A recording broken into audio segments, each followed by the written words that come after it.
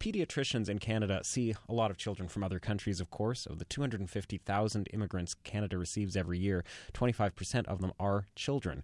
But in Canada's medical residency program, there was no formal training in global child health. And that bothered Dr. Heather MacDonnell, the Director of Global Health for CHEO's Department of Pediatrics. She led the team developing training modules on global child health, and she's presenting those ideas at the Canadian Pediatric Society's 88th annual conference, which features the latest research on child health. It's going on in Quebec City, and Heather MacDonnell joins us on the phone from the conference. Hi there, Heather. Hello, Alan. How are you? I'm fine. What are some of these issues you thought were missing when it came to training on global child health? Sure. Well, the majority of the world's children live in developing countries, so global child health is of particular relevance to pediatrics. And so with these new Canadians, be it refugees, immigrants, or international adoptees, they come with them sometimes tropical diseases that we don't see in Canada, such as malaria, or other problems with iron deficiency anemia, malnutrition, things like that. And this wasn't part of the residency training? No, not as such, not until right now, hopefully. In 2007, my team surveyed the 16 programs, the pediatric residency programs across Canada. We talked to the program directors and the chief residents, and there was no formal curriculum. Why do you think... Oh, sorry. No, go ahead. No, depending on, there may have been a passionate pediatrician there, like I had done some teaching at CHEO prior to that, but not in a formalized way. Why do you think it wasn't part of the training? Well, there are a lot of things that pediatricians need to learn before they graduate from the Royal College. And so I think just in general, the education had remained domestically focused, such that, topics like cardiology and GI and other blood diseases, things like that, took prominence. But then with more and more new Canadians and just in general globalization and a lot more international travel, people are really twigging into the fact that, there were missed cases of malaria coming through the emergency after someone, even a born in Canada child had gone on safari in that. And so really it was a gap that's been increasingly recognized. Do you think there's a lack of awareness, though, that there was the immigration trend, in fact, that people, obviously if doctors are seeing it in their own cases, you'd think that somebody would be bringing this up, right, and saying, by the way, we've got to learn more about this. Right, and to give credit to individual programs, they probably were, but because here we are at the Canadian Pediatric Society meeting, so the national body, and instead we took 18 people with expertise in the area and said, well, it's time. It had been talked about probably for 10 years, but we said, it's time to really sit down.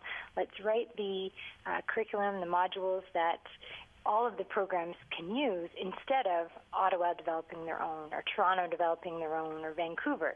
So we'll do it evidence-based, and then we can, roll it out and launch it across the country. You developed these modules on 4 different subjects, and one of them is refugee and immigrant health. I'm just wondering, using that as an example, what some of the issues are that are addressed in that module. All right. So when a new family comes, whether it be through the UN Convention, there are a lot of government-assisted refugees that are brought to Canada, or international adoptees, or whether or not people are actually claiming refugee status when they come to Canada, they're obviously experiencing a big culture shift. There can be different languages, different religions, different ways of doing things. And often it's the health-seeking behavior of these families that are very different. If they're coming from an area where there's perhaps a refugee camp, where there's been a complete lack of health care available or minimal health care, then the children may not present to hospital or to a doctor until their condition is quite advanced. Whereas the health-seeking behavior of Canadians might be different. So we can see more advanced diseases. We can see their immunization schedule around the world is not as complete as here. So we may actually see conditions such as measles, which we almost never see in Canada anymore, but that can present in this population. Do you think that there's much, though, that doctors in Canada need to learn about medical practices everywhere as well? I mean, so far we're concentrating here on health problems that are elsewhere, and that this is what children are bringing into Canada. I'm just wondering, are there positive elements about what's happening in medical systems in other countries that is also part of global child health that we need to be learning? Sure. Now, you are correct. We don't want to, it's not a bad picture everywhere that I'm painting. It's just there is such poverty worldwide that different, immigration is not necessarily from the developing world.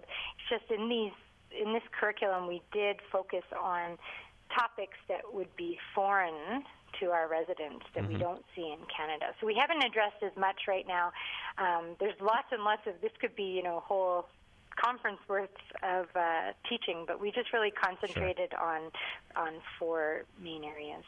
And you touched on this idea of the role that cultural differences actually play when it comes to seeking medical treatment. I'm just wondering what else you've learned there about things that the doctors have to keep in mind.